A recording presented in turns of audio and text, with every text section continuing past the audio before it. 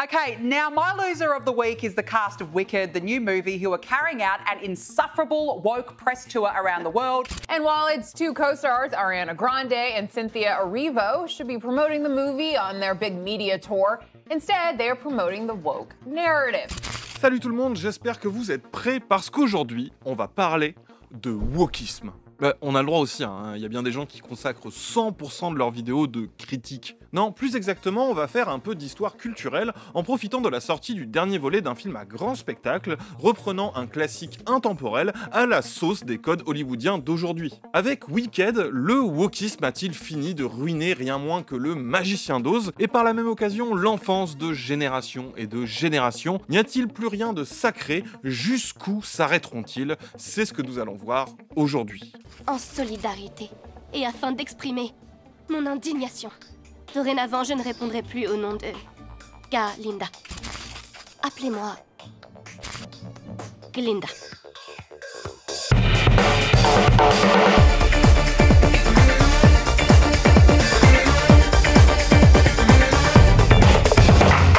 Alors, le cas Wicked, il est intéressant parce que qu'est-ce que c'est au fond?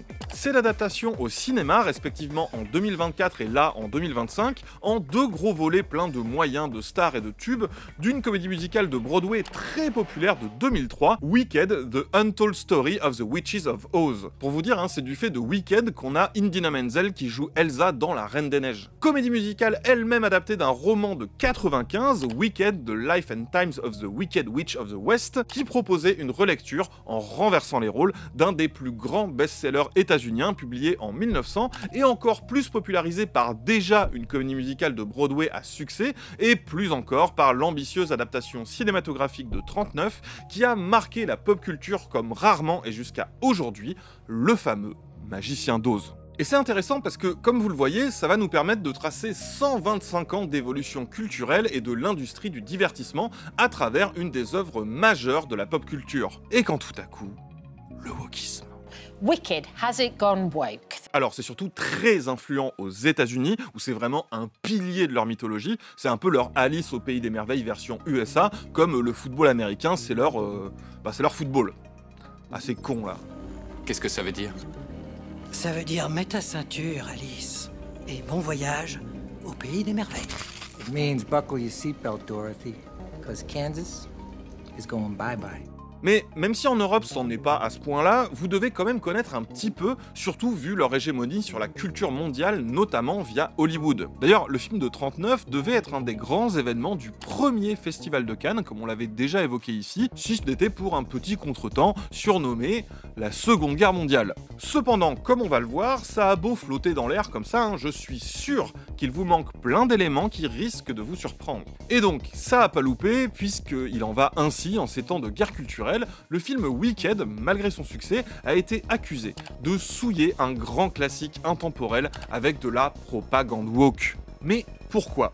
Eh ben en fait, c'est vrai qu'il y a un peu tous les ingrédients. Le casting pour la première fois dans le rôle-titre de la méchante sorcière de l'Ouest d'une actrice afro-américaine, Cynthia Erivo. Ce qui, en un sens, on s'en fout, vu que la couleur de peau du personnage c'est vert, mais en fait, c'est pas anodin pour un personnage discriminé du fait de cette couleur de peau. Un propos donc sur le racisme, c'est pas terrible, ce qui aujourd'hui est apparemment un propos déjà trop clivant, qui s'étend à une allégorie où dans le monde de Oz, vous savez, il y a des animaux qui parlent, qui sont des citoyens comme les autres, et ben là, le Magicien d'Oz décide de leur faire perdre leurs droits, les rafler, etc. Bah alors, le Magicien d'Oz, là, on vise 2027. Mais non, je suis con, lui, il est déjà au pouvoir. Il y a aussi tout un truc de discrimination de classe, dans l'opposition entre les deux sorcières, et puis il y a une volonté de la part de l'équipe d'assumer quelque chose d'un peu queer. Il y a aussi un perso en fauteuil roulant, bref, c'est vraiment hyper central, l'idée de lutte contre les oppressions, mais transposée dans un univers merveilleux porte-nawak, ce qui a donné lieu à des délires un peu lunaires. Dans la fiche de prévention émise par le British Board of Film Classification, on pouvait lire « Une femme en fauteuil roulant est traitée de manière condescendante par des personnes valides. Des animaux parlants sont persécutés dans le cadre d'une société fantastique. Voir des personnages adorés être maltraités, tout spécialement quand la couleur de peau d'Elphaba est utilisée pour la diaboliser, peut être intense et bouleversant pour certains publics. » Alors, à ce sujet, c'est intéressant de relever que ça vient pas de l'équipe du film, hein, mais de l'organisme de classification britannique. Et eux, leur raisonnement, c'est que pour avoir la classification tout public pour les plus jeunes, qui sont la cible de ce genre de production, il faut que ce soit clairement indiqué qu'ils vont être confrontés à des scènes de racisme, de discrimination, de maltraitance, etc. Par exemple, le personnage en fauteuil roulant qui subit des brimades, quoi qu'on en pense, selon leurs règles, ils sont censés l'indiquer. Or, leur raisonnement ici, c'est que c'est valable aussi pour les éléments de fantasy, dans la mesure où ça a beau être des peaux vertes et des animaux qui parlent, c'est assez explicitement une représentation du racisme. Alors, ça en reste pas moins contestable, voire contre-productif, mais pas forcément parce que, oh là là, ils sont devenus fous, ils voient des discriminations imaginaires, où va le monde ? Les enfants devraient apprendre que le racisme ou la maltraitance animale existent au quotidien. C'est une bonne chose qu'ils puissent être confrontés à ces représentations sans avertissement, tout spécialement lorsqu'ils ont 5 ans et veulent regarder un conte de fées avec plein de jolies chansons. Toujours est-il qu'on tient un exemple de ce qui est souvent reproché derrière ces accusations de wokisme et compagnie. Est-ce qu'ils ont politisé ce qui à la base est un conte de fées merveilleux et innocent avec juste des méchantes et des gentilles sorcières et des singes volants? Ce qui est rigolo, c'est qu'en fait c'est très progressiste libéral quoi. Genre elle est discriminée parce qu'elle a la couleur verte alors que c'est la sorcière la plus forte, tout. Il y a vraiment tout un truc de en fait elle mérite d'être ouais c'est ça, tu sais, c'est vraiment girl boss, genre en fait elle mérite et à cause du racisme elle peut pas avoir ce qu'elle mériterait. Tu vois, comme ça il y a tout un truc comme ça. Et en fait Glinda, ce qui est drôle, c'est vraiment la petite bourge qui veut être du côté des gens qui sont opprimés, tu vois. Genre, elle est vraiment en mode, je veux trop les aider, et elle veut trop que les gens voient qu'elle est du côté des opprimés. C'est vraiment la petite bourge, un peu, tu vois, insupportable, mais qui est bien intentionnée, mais qui est genre un peu chiante parce qu'elle est là en mode, ah non, tous ces pauvres gens. C'est un peu marrant, quoi, le truc qu'ils ont fait avec le personnage, quoi. Et là, on peut remonter à l'origine de ce qu'est l'univers du Magicien d'Oz. The Wonderful Wizard of Oz est donc un roman publié en 1900 par Lyman Frank Baum et illustré par W.W. Denslow. Oui, c'est un double W. Il raconte les aventures de Dorothy, une fille du Kansas qui se retrouve projetée par une tornade avec son petit chien dans le monde merveilleux de Oz, qu'elle va arpenter en compagnie de personnages aussi farfelus qu'un lion, un homme de métal et un épouvantail, vers la cité d'Emeraude où se trouve un célèbre magicien. Le tout sous la protection de la gentille sorcière de l'Est et en se confrontant à l'iconique méchante sorcière de l'Ouest, The Wicked Witch of the West, qui deviendra la protagoniste de Wicked, d'où le titre. Bon, là, a priori, effectivement, on nage en plein délire fantasque, c'est un livre illustré, pour enfants, plein de trucs totalement foufou, j'ai pas peur de le dire. Aujourd'hui, on rapporte une histoire abracadabrantesque. Sauf que... Et oui, évidemment, sauf que... Vous croyez où, là? Ça, déjà, c'est le Magicien d'Oz. Et Wicked, c'est pas le Magicien d'Oz.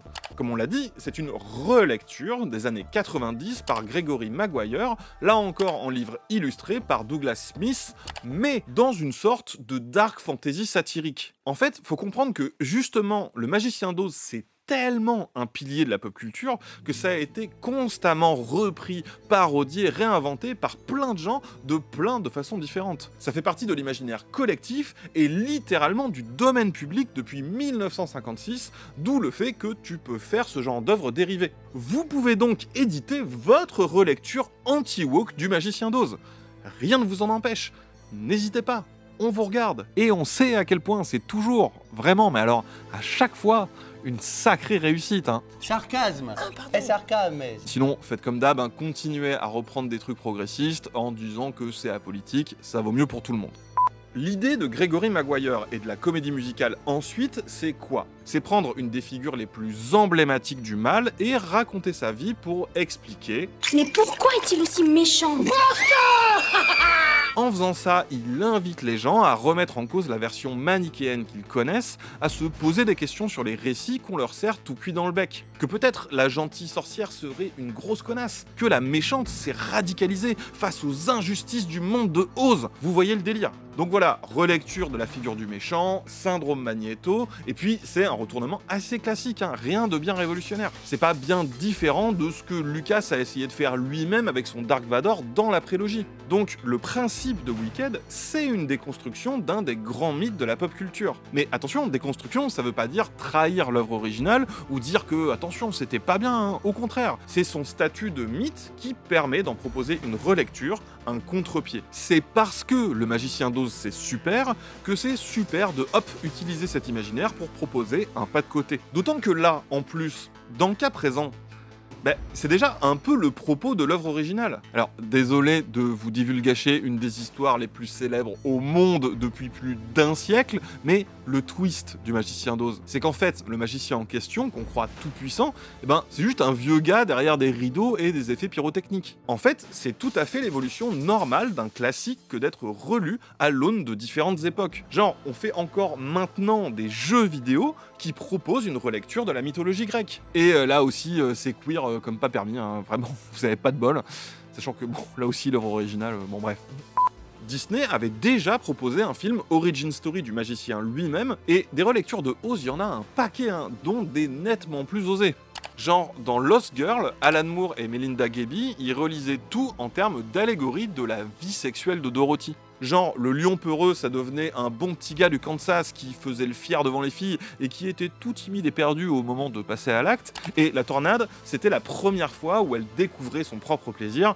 Vous avez l'idée. Dans le cas de Wicked, c'est d'autant plus criant qu'on joue pas avec n'importe quelle figure. Là, on a celle de la sorcière. La Wicked Witch of the West, c'est vraiment la méchante sorcière classique avec un chapeau pointu et un balai, comme ça. Donc c'est intéressant d'interroger cette représentation, effectivement de contes de fées, mais genre vraiment des contes de fées moyenâgeux, quoi. D'autant que, je vous apprends rien, cette figure qui était à la base un archétype de méchante, elle a beaucoup évolué. Il y a eu ce qu'on appelle un retournement du stigmate progressif pour arriver au fait que maintenant, c'est une figure de femme forte, capable et indépendante, revendiquée. Du coup, maintenant, ça choque plus personne des sorcières super stylées, girl boss et tout.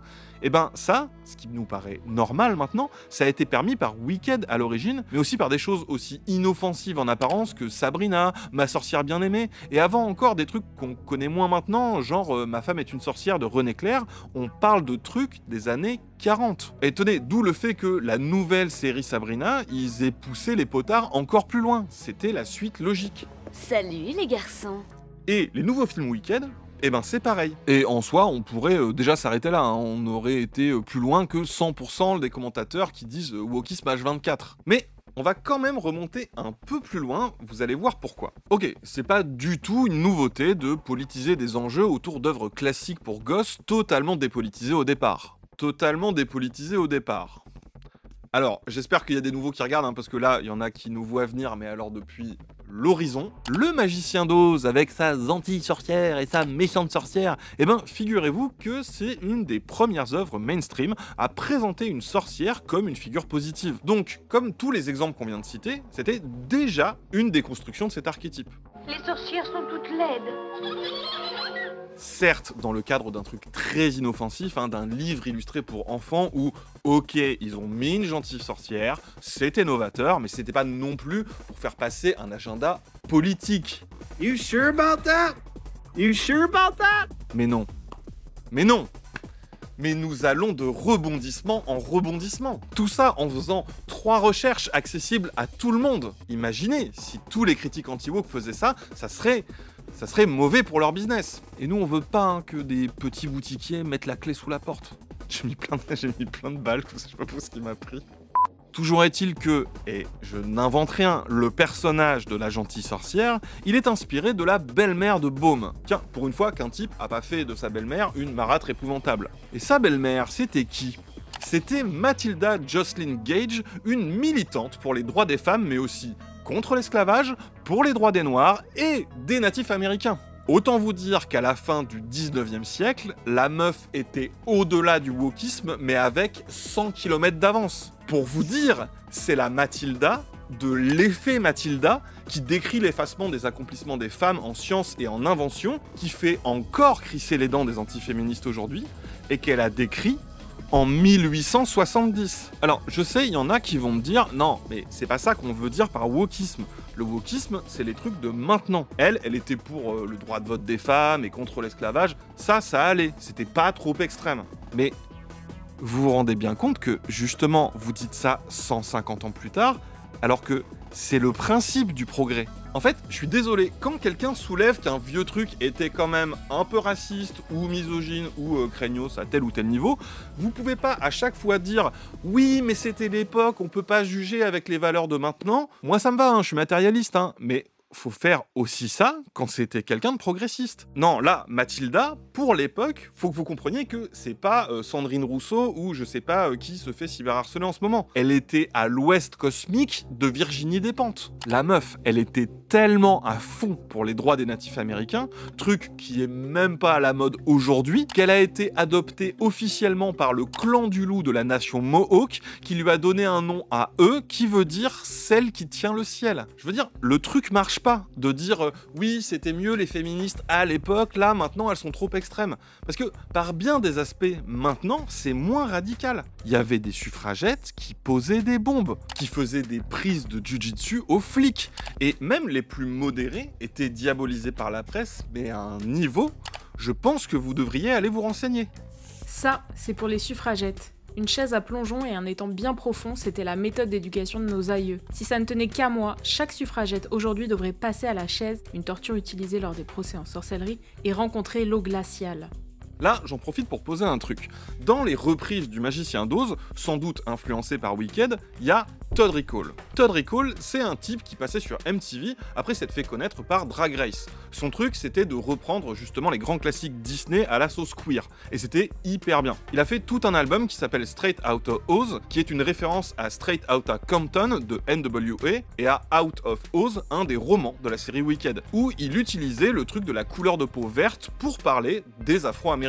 C'était bien avant les nouveaux films, hein, juste c'était pas aussi mainstream. Et ben, vu son palmarès sur ces sujets, Mathilda Jocelyn Gage, l'inspiration de la gentille sorcière de Oz, je pense que c'était plutôt lui qui était fidèle à son combat. Mais surtout, quand bien même, d'où il aurait pas été légitime à se réapproprier une œuvre qui a fait écho avec sa vie, quoi qu'en pense une meuf blanche de la fin du 19e. Donc, quand Ariana Grande dit ça... Well, Oz is a very queer place and has always been. Yeah. Even from the L. Frank Baum books, it's always been queer. Yeah. On s'en bat un peu les couilles qu'elle politise un truc intouchable qui a pas besoin de l'être. Le fait est que, historiquement, le Magicien d'Oz, c'est devenu une référence queer. C'est comme ça, et c'est pas moins légitime que votre vision du truc.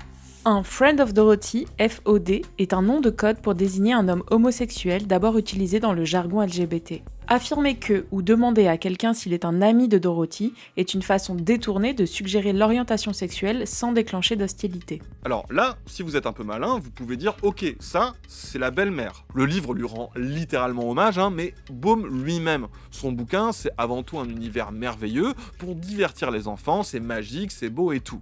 Et il le revendiquait comme ça, c'est vrai, c'est le cas. Mais c'est pas pour autant qu'on peut l'imaginer totalement déconnecté du contexte de l'époque. Parce que, figurez-vous que Baum, eh ben, c'était pas le dernier pour avoir des avis hyper tranchés sur des enjeux politiques majeurs et clivants comme le bimétallisme. Ce mot, nous ne le connaissons pas. Ni vous, ni moi, ni nous, petit chaton, ni nous. Je suis sûr que vous n'avez pas d'avis sur le bimétallisme. Tu as un avis sur le bimétallisme ? Bande de lâches apolitiques. Bon, en fait, ça serait long à expliquer, mais c'était un délire sur les étalons monétaires. Juste, à l'époque du Magicien d'Oz, dites-vous que c'est vraiment un des débats politiques de fou. Genre, c'est au centre des élections présidentielles. Et il y a plein de commentateurs qui ont capté ça dans le Magicien d'Oz. D'autant que, Baum, c'était aussi quelqu'un qui écrivait dans des journaux et qui, comme sa belle-mère dont il était très proche, faisait de l'activisme politique. D'ailleurs, sa propre version musicale sur scène du Magicien d'Oz, qui était plus destinée à un public adulte,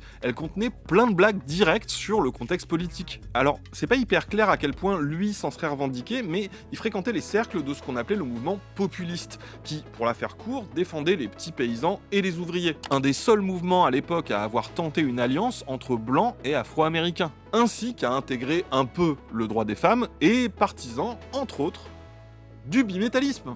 Tout ça pour dire que c'est difficile quand on a conscience de tout ça de pas voir une influence sur son œuvre. Notamment, certains se demandent à quel point la représentation des personnages fait écho à sa vision de l'Amérique, d'autant que son illustrateur, c'est un dessinateur de presse qui faisait beaucoup d'allégories dans ce style. Genre, est-ce que l'épouvantail, ça serait pas un peu la paysannerie et l'homme de métal, les ouvriers? Alors, attention, là, on entre en territoire un peu d'exégèse, hein, mais à minima, qu'il l'ait pensé ou pas comme une allégorie, ça fait forcément écho, même inconsciemment, à sa vision du monde. En fait, tout ça, ça me fait penser à un truc, mais qui pour moi est l'exemplification du problème que j'ai et que beaucoup de gens ont, hein, avec cette obsession de l'anti-wokisme comme façon d'analyser la culture, et qui est en réalité devenu un business. En 2018, le Sun, qui est un tabloïd, vraiment un torchon tendance droitardée, on va faire plein de titres comme ça, ils ont publié un article titré « Snowflake Student », alors je crie parce que c'est en caps lock, et donc en français on dirait des étudiants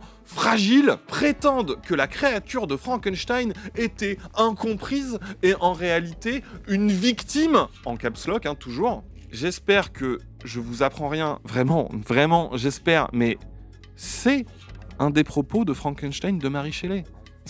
Je sais pas quoi vous dire, en fait. C'est trop grave. J'ai dû vérifier que c'était un vrai article. Ah oui. Oui. Bah, j'étais là en mode, mais non. C'est vraiment The Onion, le Gorafi, quoi. Parce que dire non, mais moi, je veux poser le cerveau quand je regarde ces trucs, c'est légitime. Voilà, il y a des sorcières, des singes volants, des souliers magiques, c'est fait pour. Mais là, ça, c'est tu prends le cerveau des autres et tu le poses en disant non, tu arrêtes de réfléchir, sinon on se fout de ta gueule. Juste se dire, ben ouais, est-ce qu'une sorcière, ça pourrait pas être une gentille? Est-ce que la méchante sorcière à la peau verte, finalement, ça serait pas bien d'entendre sa version de l'histoire? Ou est-ce que finalement, bah moi je reconnais pas des vrais trucs que je vis là-dedans? Non, je t'interdis de faire ça. C'est interdit. Au fond, c'est ça qui est le plus intéressant à remonter comme ça 125 ans de Magicien d'Oz. Parce que ça montre à quel point ce que beaucoup de gens appellent du wokisme ou de la politisation de choses qui l'étaient pas avant, eh ben, c'est juste l'évolution normale des œuvres avec les enjeux de leur temps. Allô?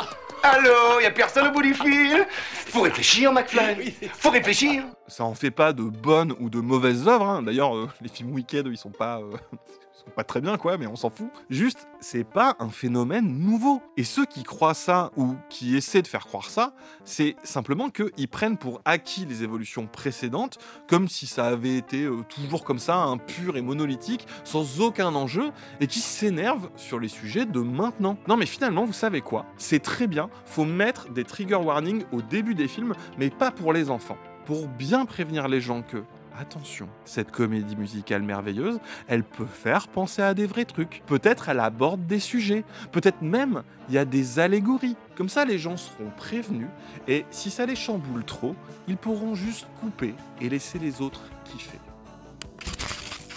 Si ça vous dérange pas de réfléchir un peu au sujet culturel, oubliez pas de vous abonner à cette chaîne, mais aussi au journal L'Humanité par le lien en description pour faire vivre une presse indépendante qui n'a pas peur des sujets qui fâchent et qui produit ce genre de programme.